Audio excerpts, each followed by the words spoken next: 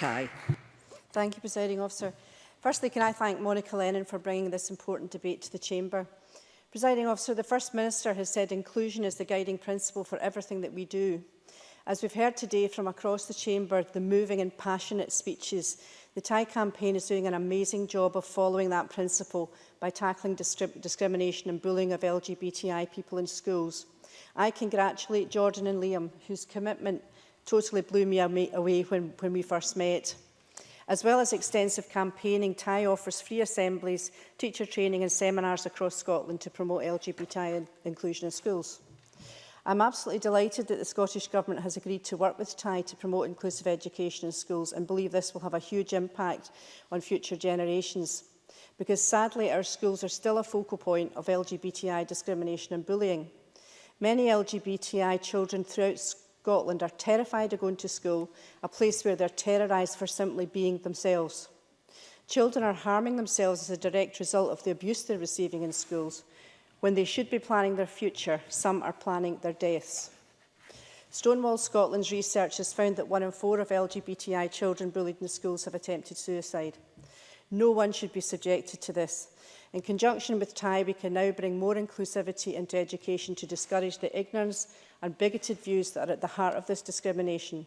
It's the least we can do for our children, and it is overdue. This discrimination and bullying does not just affect life in school. These experiences of being emotionally and physically abused, of children being forced to reject their identity to try and assimilate, has long-lasting effects. 95% of LGBTI people believe that their experiences in school had long-lasting negative effects on them. Presiding Officer, Scotland is regarded as the best country in Europe for LGBTI equality.